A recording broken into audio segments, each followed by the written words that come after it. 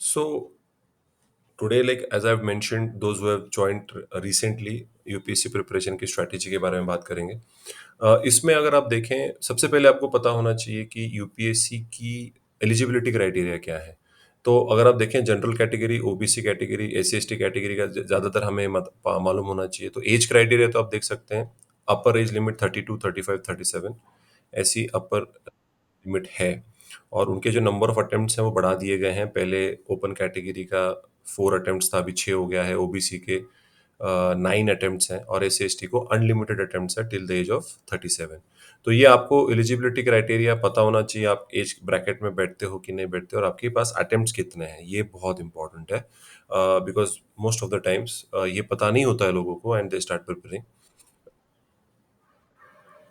Okay, so that was the eligibility criteria for UPSC. Okay, अगर किसी को कोई भी डाउट आता है तो आप अपने बेसिकली अपनी जो सिस्टम है, अपना जो माइक है, उसको आप अनम्यूट करके भी कर सकते हो। अनम्यूट करके आपका डाउट पूछ सकते हो। ठीक है।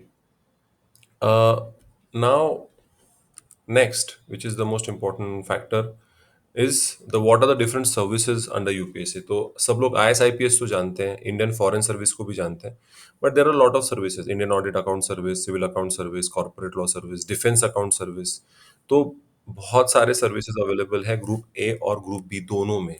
इट्स नॉट दैट कि सर्विसेज कम है। लोगों को लगता है कि आईएएस आईपीएस ही होते हैं, तो इतने सारे सर्विसेज हैं जो आप यूपीएससी की प्रिपरेशन करने के बाद आपको ये पोस्ट मिल सकती है। ठीक है। Ordnance factories service, telecommunication service, postal service, railway service.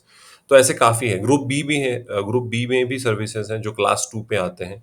Arm forces headquarter civil services, Delhi, Andaman Nicobar island civil service, Pondicherry police service, ये ऐसे ग्रुप में बी में भी सर्विसेज है। तो जब आप प्रीलिम्स पास होते हो, व्हेन यू क्लियर प्रीलिम्स, जो पहला टप्पा होता है यूपीएससी का, क्योंकि यूपीएससी में बेसिकली 3 स्टेप्स होते हैं। पहले प्रीलिम्स होता है, उसके बाद मेंस होता है और उसके बाद इंटरव्यू होता है।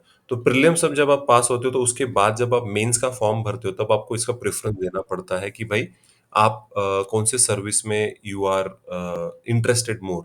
उसके साथ आपको you will also have to be asking कि कौन से स्टेट्स में आपको सर्विस करने में पसंद हो। तो लोग अपना खुद का स्टेट डालते हैं, घर का। जैसे हम महाराष्ट्र डालेंगे, गुजरात डालेंगे, कर्नाटका डालेंगे।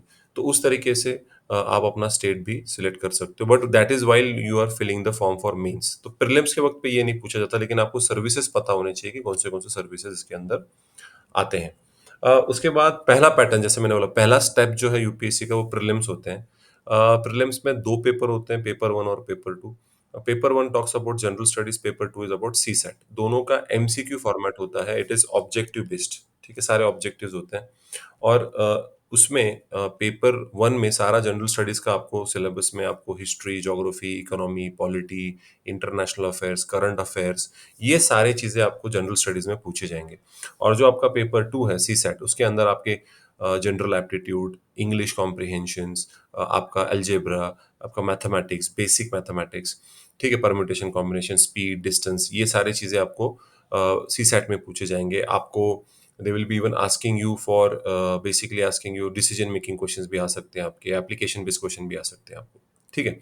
तो ये सारे एमसीक्यू बेस्ड है, लेकिन एक सबसे इंपॉर्टेंट बात है कि जो सीसैट है वो क्वालिफाइंग पेपर है। आपको सिर्फ 33% ही स्कोर करना है। सो आउट ऑफ 267 आपको स्कोर करना है ताकि you will be passing.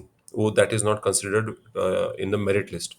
GS paper का आपके बेसिस पे मेरिट लगता है। तो 200 मार्क के जीएस में का नॉर्मली जो मेरिट आती है वो 105 टू 110 के आसपास कट ऑफ आता है हर साल, depending upon the difficulty of the paper. उसके बाद आता है मेंस। मेंस में आपका एक लैंग्वेज, दो लैंग्वेज पेपर्स हैं। एक इंग्लिश तो मैंडेटरी है, दूसरा आप हिंदी, मराठी, आपका जो भी लोकल लैंग्वेज है, गुजराती है, तमिल है, कन्नड़ है, आप ले सकते हो जो भी आपका लोकल लैंग्वेज जिससे आप कंफर्टेबल हो। अब ये क्वालिफाइंग पेपर्स हैं, इंग्लिश और आपका जो लोकल लैंग्वेज है। अगेन उनके मार्क्स आपके ओवरऑल मार्क्स में कंसिडर नहीं किए जाते हैं। You have to qualify. अगर आप क्वालिफाई नहीं करेंगे तो आपके बाकी के जो सारे पेपर्स हैं वो चेक नहीं किए जाएंगे। वो कौन से हैं? ऐसे राइटिंग आता है। जनरल स्टडीज पेपर 1 में there is history, there is geography, there is Indian society. You should know what are the problems of Indian society. तो इंडियन सोसाइटी के ऊपर भी क्वेश्चन आते हैं। जनरल पेपर 2 में इंडियन पॉलिटी, जो जिनका लॉ बैकग्राउंड होता है उनको थोड़ा आसान जाता है पेपर 2, जिसमें पॉलिटी आता है, गुड गवर्नेंस आता है, इंटरनेशनल रिलेशंस आते हैं। जीएस पेपर 3 में इकोनॉमी आता है, साइंस एंड टेक्नोलॉजी आता है, एनवायरनमेंट आता है, डिजास्टर मैनेजमेंट के ऊपर क्वेश्चन आ सकते हैं। जीएस पेपर टॉक टॉक 4 जो है वो एथिक्स के बारे में बात करता है और आपको एक ऑप्शनल सब्जेक्ट सिलेक्ट करना पड़ता है। It can be either optional 1 और एक ही ऑप्शनल होता है, लेकिन उसके 2 पेपर होते हैं। ओके, ऑप्शनल 1 और पेपर 1 और पेपर 2। तो एक ही ऑप्शन सेलेक्ट करना है। तो आप सोच रहे होंगे कि अभी मैंने कौन सा ऑप्शन लेना चाहिए। तो देयर आर पूरी लिस्ट है, मैंने पूरी लिस्ट आपको आपको शेयर कर दी है कि भाई इतने सारे ऑप्शनल हैं। अभी मैंने सोशियोलॉजी को क्यों हाईलाइट किया, क्योंकि हमारे एकेडमी में हम सोशियोलॉजी पढ़ाते हैं। बाकी के सब्जेक्ट्स के लिए आपको पूछना पड़ेगा, आपको इंफॉर्मेशन निकालनी पड़ेगी कि कौन अच्छा आपको उसमें कोच कर सकता है। तो ऑप्शनल सब्जेक्ट्स में से आप लॉ ले सकते हो, ज्योग्राफी, हिस्ट्री है, फिलोसफी है, सोशियोलॉजी है, साइकोलॉजी है। लेकिन जो सबसे फेमस और ये बोल सकते हैं स्कोरिंग सब्जेक्ट सोशियोलॉजी में आता है, या फिलोसफी आता है, एंथ्रोपोलॉजी आता है, ये सब्जेक्ट ज़्यादा स्कोरिंग सब्जेक्ट्स है in comparison to agriculture, animal husbandry, botany, chemistry, physics. इससे ज़्यादा स्कोरिंग डेफिनेटली सोशल साइंसेस आते हैं। तो इनमें से आप कोई भी एक सब्जेक्ट, आपका जो कंफर्ट लेवल है, आपकी जो इंटरेस्ट है, वो आप सिलेक्ट कर सकते हो यूपीएससी प्रिपरेशन के लिए। ठीक है, सो प्रीलिम्स हो गई, मेंस हो गई, और उसके बाद अगर आप मेंस भी क्वालिफाई कर जाते हो तो उसके लास्ट स्टेप जो है दैट इज योर इंटरव्यू। अब इंटरव्यू 250 मार्क्स का होता है और वो आपकी पर्सनैलिटी टेस्ट होती है। ठीक है, आपका मेरिट तो, आप तो ऑलरेडी इंटरव्यू तक चले गए हैं, तो ऑब्वियसली आप मेरिट में हो, लेकिन whether you have the personality to be a civil servant और not, that is checked in the interview. वो फाइनल स्टेज है। अगर मैं एमपीएससी की बात करूँ तो काफ़ी चेंजेस हो गए हैं। एमपीएससी के बारे में अगर मैं कहूँ आपको तो जो एज क्राइटेरिया है वो बढ़ा दिया गया है। ओपन कैटेगरी इट इज़ 38, और पर लेकिन नंबर ऑफ अटेम्प्ट्स रिस्ट्रिक्ट कर दिए गए हैं। पहले अटेम्प्ट्स पे कोई रिस्ट्रिक्शन था नहीं, तो अभी 6 अटेम्प्ट हो गए हैं। ओबीसी का एज बढ़ा दी, 41 कर दिया है, 9 अटेम्प्ट्स दे सकते हो, और एससी एसटी का 45 तक एज रिलैक्सेशन कर दिया है, और उसके लिए कोई भी अटेम्प्ट्स पे कोई भी लिमिटेशन नहीं है। ठीक है, so this is the age criteria and the number of attempts for as per your category, you can note it down, आपको पता चल जाएगा। उसके बाद अगेन एमपीएससी का पैटर्न यूपीएससी के पैटर्न से 70-80% मैच होता है। This is the same. MPSC prelims paper 1, paper 2 GS, CSAT qualifying paper है, 33% आपको स्कोर करने हैं। 2-2 घंटे का पेपर होता है, 200-200 मार्क का पेपर होता है। ठीक है, एमपीएससी का सेम है। सिर्फ ये सारे लिस्ट हैं अलग अलग सर्विसेज के।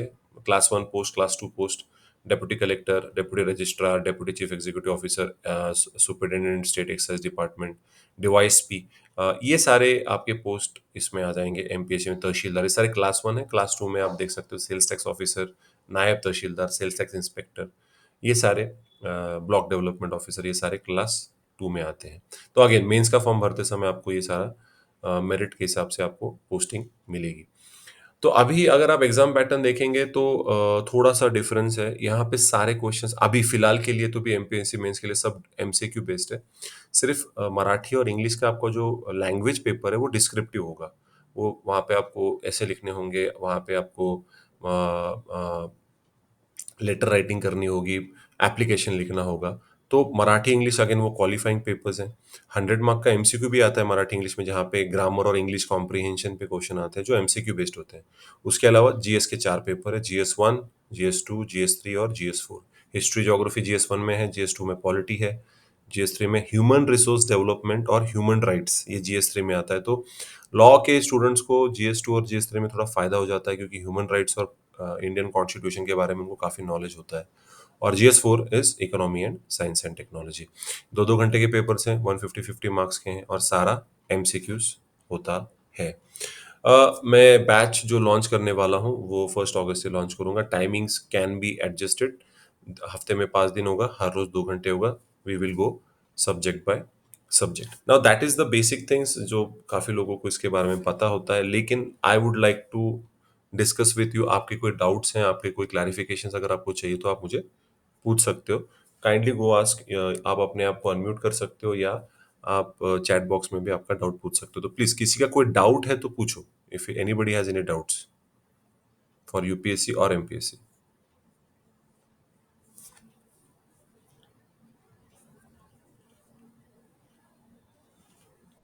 हाँ स्नेहल।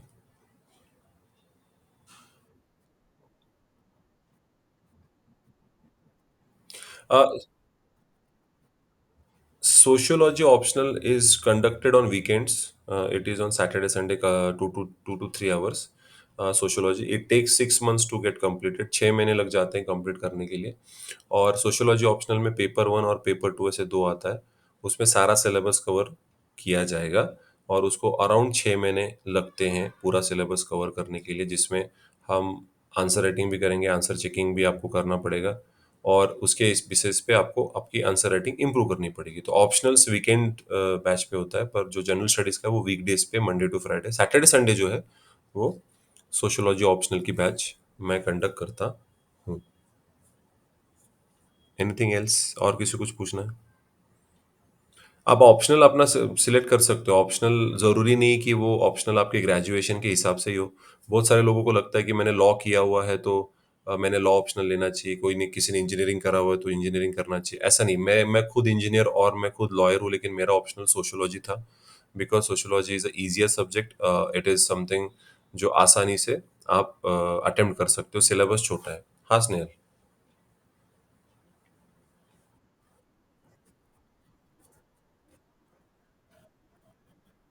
हुँ.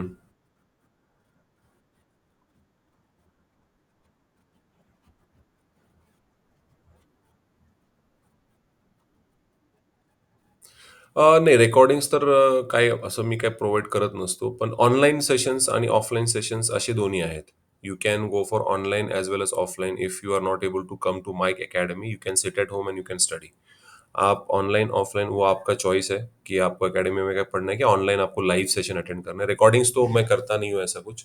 सो mostly it is online sessions, live sessions, और you can come at my place offline and you can sit. तो हमारे यहाँ पे साइमल्टेनियसली ऑनलाइन और ऑफलाइन दोनों चलता है. जैसे अब ये मैं सेशन ले रहा हूँ, इसी तरीके से मैं पढ़ाता हूँ ऑनलाइन, और साइड बाय साइड अगर क्लास में बच्चे बैठे हैं तो उनको भी पढ़ाता हूँ. तो it goes on simultaneously online और ऑफलाइन.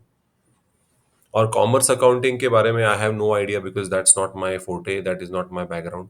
और बेसिकली उसकी कोई कोचिंग भी नहीं है. अगर मैं बोलूँ यहाँ पे महाराष्ट्र में, दिल्ली में एक कॉमर्स का कोचिंग है, एक ही है जहाँ पे कॉमर्स का ऑप्शनल पढ़ाते हैं. लेकिन माय फ्रेंड, उसने वो ऑप्शनल वहाँ पे लगाया था, उसका एक्सपीरियंस अच्छा नहीं है. And then finally he change the optional to sociology. वो मेरे पास आ गया बाद में. इसके लिए मुझे पता है कि that he didn't have a great experience there. Delhi का जो कॉमर्स का जो कोचिंग एकेडमी है वहाँ पे.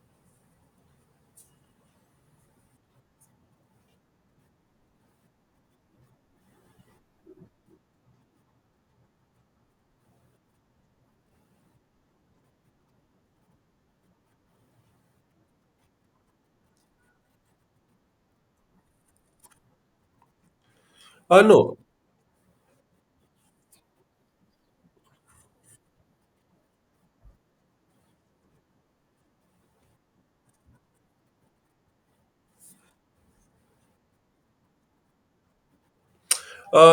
नो, अगर आपको ऐसा लग रहा है कि अगर आप अपना कोई स्पेशल सब्जेक्ट लेते हो, जैसे फॉर एग्जांपल लॉ लिया आपने, क्या आपने मैथमेटिक्स लिया या आपने कॉमर्स लिया, कुछ फ़र्क नहीं पड़ता है. Basically it doesn't make a lot of difference.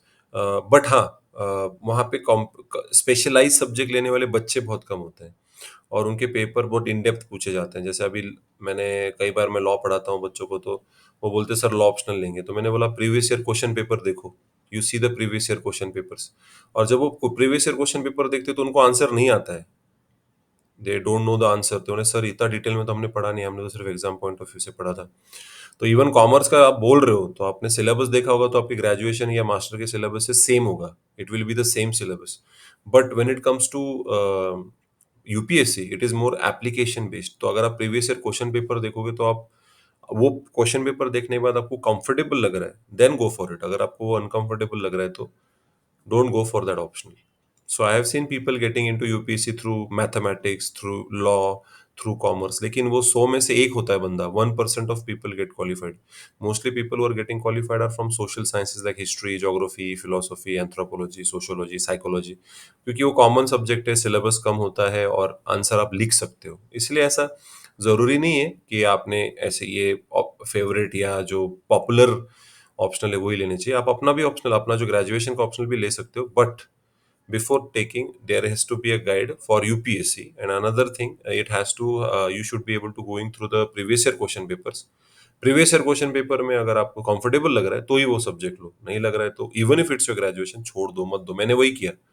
Engineering no, law भी मैंने लगा, आई वाज गोल्ड मेडलिस्ट तो मुझे लगा मुझे आसान होगा लॉ, बट नहीं। When I went through the question paper I was like नहीं, मुझे रेफरेंस किताबें रटनी पड़ेंगी जो मैंने कभी पढ़ी नहीं थी।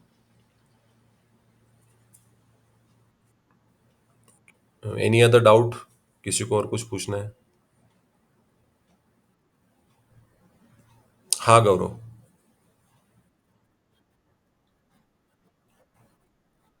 Correct.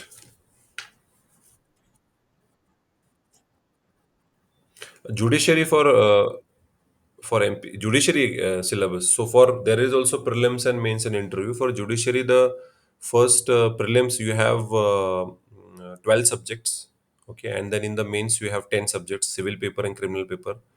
In the prelims you have Indian Constitution, IPC, CRPC, CPC, Contract Act, Labor. You have your Transfer of Property Act. You have again you have Maharashtra and Control Act for MPSC. So there are total 12 subjects for prelims, and there are 10 subjects for your mains, civil and criminal paper, like that.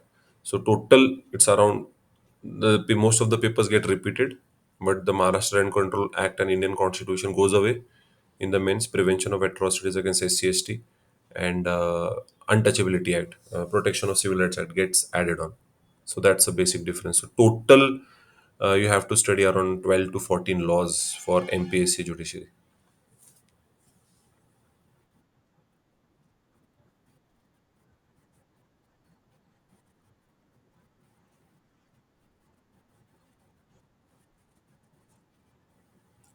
Both are important because there will be civil paper as well as criminal paper. So both the subjects are, but majority, if you see the judiciary syllabus, optional subjects पे नहीं पूछते हैं। Optional optional जैसे intellectual property rights हैं, cyber law है, या environmental protection act है, वो सारे नहीं है जुडिशरी के सिलेबस में। सो ऑप्शनल सब्जेक्ट्स अगर आप देखोगे तो वो आपके सिलेबस में नहीं है। और सिविल और क्रिमिनल दोनों में सिर्फ जो आपके कोर हैं, जो आपका कोर है, मतलब when it comes to CPC, CrPC, वो आपको ज़्यादा इंपॉर्टेंट है जुडिशरी के लिए। ऑप्शनल सब्जेक्ट आप कोई भी ले सकते हो जो आपको इंटरेस्टिंग है। अब जैसे मैं यूपीएससी की प्रिपरेशन कर रहा था तो मेरा पूरा फोकस यूपीएससी पे था। तो all my subjects which I selected as optional for while preparing for law, मेरा यूपीएससी की तरफ मेरा फोकस था। वैसे जुडिशरी के लिए आपका जो मेन सब्जेक्ट्स हैं वही सिलेबस है। ऑप्शनल सब्जेक्ट का सिलेबस है ही नहीं जुडिशरी में। ऑप्शनल के लिए इतना इंपॉर्टेंस नहीं है, वो सिलेबस में नहीं है।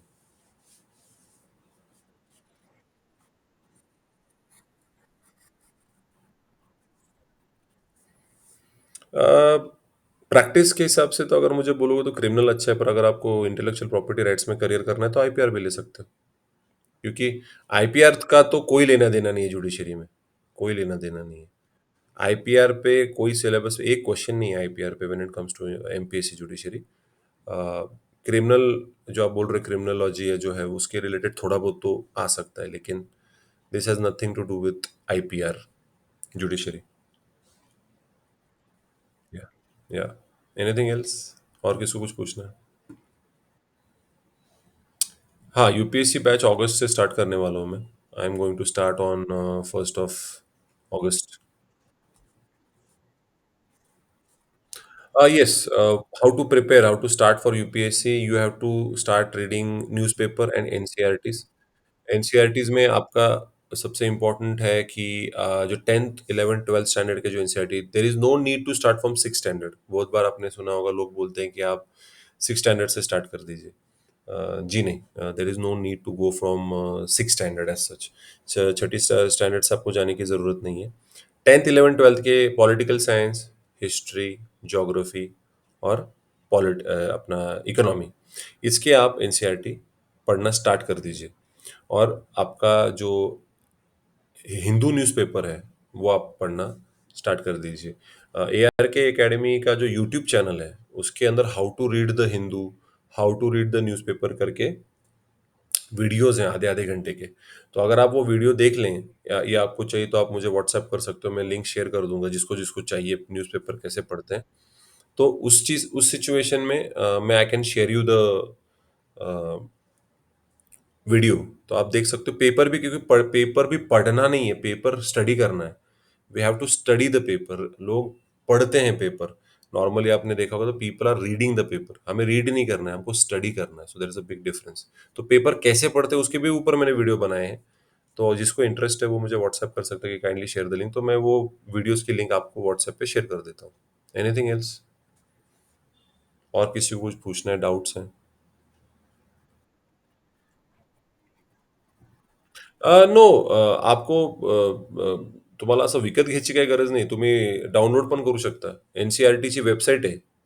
एन-सी-आर-टीच्या वेबसाईटवर तुम्हाला सगळ्या पी-डी-एफ फ्री भेटतील. So you don't need to buy. You can read it from laptop. तुमच्या लॅपटॉपवर, मोबाईलवर पण तुम्ही डाउनलोड करू शकता. सगळ्या सगळ्या एन-सी-आर-टीज अवेलेबल आहे. एन-सी-आर-टीची वेबसाईट आहे. त्याच्यावर सगळ्या each and every NCERT is available on website. So there is no need to buy anything. Hmm. Anything else? और किसी को कुछ पूछना है? कोई डाउट्स है यूपीएससी के, एमपीएससी के? या आप जुडिशरी के भी पूछ, अभी दो दो तीन लोगों ने जुडिशरी के भी पूछ लिए।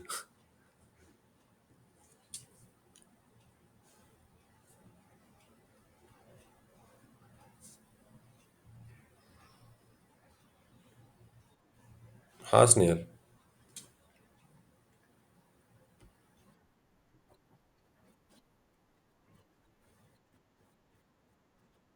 हो. MPSC syllabus will be completely same to same as UPSC. It will be same in 2025. बोला जा रहा है कि 2025 से MPSC and UPSC syllabus will be same. So if you are able to study for if you study UPSC rather than MPSC right now, it will be very beneficial because 2025 में होने वाला है. MPSC and UPSC syllabus is going to be the same in 2025. Even the patterns are going to be the same. Question, syllabus, everything is going to be same. This it will become descriptive in 2025 maximum. This is 2023 जो आधा खत्म हो चुका है और 1.5 साल में. तो वो 1.5 साल एमपीएससी की पढ़ाई करने से मैं सजेस्ट करूंगा कि आप यूपीएससी की पढ़ाई करो. ऑटोमेटिकली एमपीएससी को हेल्प होगी rather than wasting your time.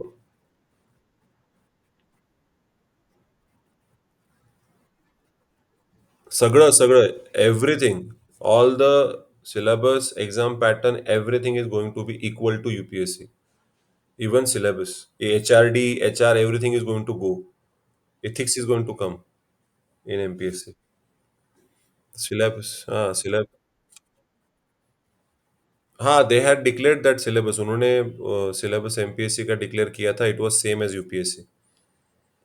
But then afterwards the government took it back because आंदोलन झालं, पोरांनी विद्रोह केला, पोरांनी अपोज केलं ना. So government postponed it. It did not cancel it. उन्होंने पोस्टपोन किया 2025 को. सब MPSC is equal to UPSC including the syllabus. 25 जुना पॅटर्न. येस.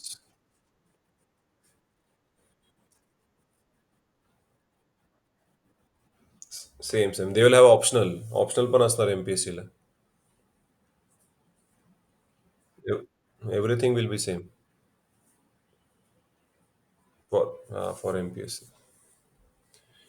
Anything else?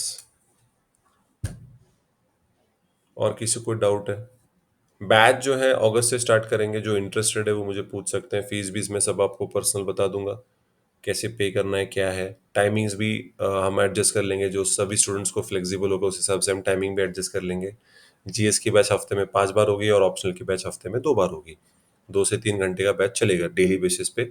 और हम सब्जेक्ट वाइज कंप्लीट करते जाएंगे. जैसे जितना मैं पढ़ाता हूँ क्लास में, immediately you have to study the same day. उसी दिन शाम को पढ़ाई करके उस टॉपिक को खत्म करना है. Don't keep on postponing. मैं नोट्स दूंगा, वो नोट्स आपको पढ़ के आना है क्लास में. आई विल गिव यू टारगेट्स. मैं आपको टारगेट्स दूंगा कि ये चैप्टर कल पढ़ के आना है. उसमें आपके क्या डाउट्स है वो क्लैरिफाई करेंगे. और जो उसका बेस है जो किताबों में नहीं लिखा गया है वो मैं एक्सप्लेन करूंगा. तो आपको नोट्स दूंगा मैं. You have to study the notes and come to the class because when you are coming to my class, spoon spoon feeding नहीं होगी. आपको पढ़ना है, आपको क्लास में आना है, आपके डाउट्स क्लैरिफाई करने हैं. And at the same time मैं बेसिक जो सारे उसकी जो इम्पोर्टेंट पॉइंट्स है उसको मैं सिखाऊंगा. But major focus will be on your doubt clarification. Doubt clarification सबसे ज्यादा इंपॉर्टेंट है। वो अगर नहीं हो रहा है डाउट क्लैरिफाई, तब तक आगे नहीं बढ़ना है। सो मैं नोट्स दूंगा, आपको बताऊंगा कि you have to read these notes, आपको वो पढ़ के आना है। अगर आप पढ़ के नहीं आओगे, आपका लॉस है, आपको समझ में नहीं आएगा, we will move ahead. So you have to study with me. I need dedicated students. अगर आप ऐसा लग रहा है कि कॉलेज की तरह मैं जाके बैठ जाऊंगा, सर पढ़ा रहे हैं, मैं बाद में एग्जाम जब आएगी मैं जब पढ़ूंगा, यूपीएससी, एमपीएससी और judiciary doesn't work like that.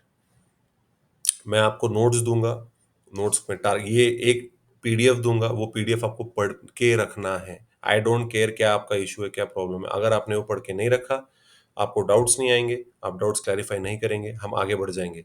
यही होता है नॉर्मल कोचिंग में, टीचर पढ़ाता है आगे निकल जाता है, पढ़ाता है आगे निकलता है, और आप पढ़ते ही नहीं हो। आप कब पढ़ते हो? जब नोटिफिकेशन आता है। ऐसा नहीं होगा। मेरे क्लासेस में मैं नोट्स पहले देता हूँ, बच्चों को बोलता हूँ पढ़ाई करो और क्लास में आओ।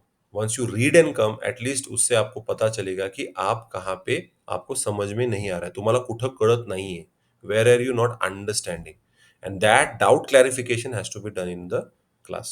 That is the one which I am going to focus more on, because history geography में इतना ज्यादा सब फैक्चुअल है, कोई ज्यादा उसको अंडरस्टैंडिंग की जरूरत नहीं। वो रीड करके जो डाउट है वो क्लैरिफाई करना जरूरी है। कॉन्स्टिट्यूशन में फंडामेंटल राइट्स, टीपीएसपीसी की कंसेप्ट एक बार समझ में आ गई, अदरवाइज वो स्ट्रेट फॉरवर्ड है। ऐसा कुछ नहीं कि जमीन के बाहर गया कुछ तो अंतर स्पेस टेक्नोलॉजी को पढ़ाई करना है, नहीं। It is very simple. But होता क्या है, बच्चे पढ़ते नहीं है और लास्ट मोमेंट पे जब एग्जाम पास आती है 2 महीने में सारा सिलेबस पढ़ लेते हैं। You are bound to fail. पढ़ाई करनी है तो मेरे साथ, मेरे क्लास में मैंने जो टारगेट्स दिए हैं, वो टारगेट्स आपको पढ़ने हैं, आपके डाउट्स क्लास में क्लैरिफाई करने हैं। अगर आप नहीं पढ़ोगे, दैट इज योर लॉस, आप पीछे रह जाओगे। वो आम क्लासेस में ऐसा ही होता है, मेरे साथ भी वही वैसे ही हुआ था जब मैं, when I was going into coaching academies, तो मैं क्लास, सर आ रहे हैं पढ़ा रहे हैं चले जा रहे हैं, बाद में मैं 1 महीने के 2 महीने के बाद पढ़ रहा हूँ, तब मुझे डाउट्स आ रहे हैं। What's the point? तब तक तो क्लास खत्म हो गई। और डाउट्स क्लैरिफाई करने के लिए you can't rely on friends, उनका भी क्या पता कंसेप्चुअल क्लैरिटी हो या ना हो, टीचर से ही आपने क्लैरिफाई करना चाहिए ना। सो मैं, मेरा मेथड ये होता है, मैं देता हूँ पढ़ के आओ और अपने डाउट्स क्लैरिफाई करो। That is the way the study, UPSC की स्टडी वैसी करनी चाहिए, सक्सेस रेशियो बढ़ता है। जिन्होंने ये किया वो लोग मेरे क्लास से आईआरएस आईएएस करके निकल गए। बाकी बहुत सारे बच्चे थे वो नहीं करते थे, सर टाइम नहीं मिला, सर मैं सो गया, सर मेरा मूड नहीं था, सर मेरा ब्रेकअप हो गया, सर मेरा पैचअप हो गया। UPSC requires focus. I don't, reason देते रहोगे, आपके पैसे भी वेस्ट हो जाएंगे, एनर्जी भी वेस्ट हो जाएगी और टाइम भी वेस्ट हो जाएगा। सो ऐसा नहीं। अगले साल अगर अटेम्प्ट देनी है, you have to be fully dedicated to that attempt, वरना there is no point in studying. जो टारगेट्स दे रहा हूँ वो टारगेट्स कवर अप करो और आगे बढ़ो। So I will give you answer writing, I will give you questions, I will give you so different different types of quiz जो आपको सॉल्व करके लाना है। और अगर ऑब्वियसली फिर डाउट्स आएंगे तो डाउट्स क्लैरिफाई किया करो क्लास में, दैट्स मोर इम्पोर्टेंट। और किसी को कुछ पूछना है और कोई डाउट्स है तो पूछो।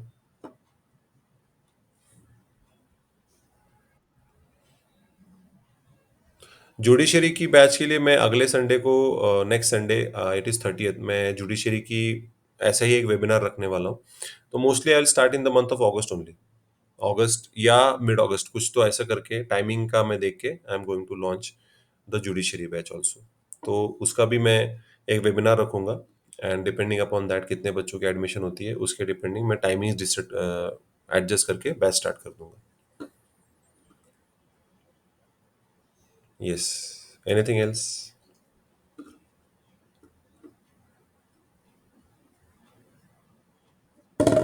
और किसको कोई डाउट है?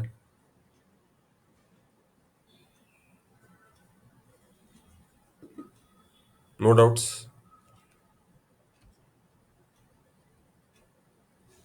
थिंक, और should we stop the session, आप बताओ।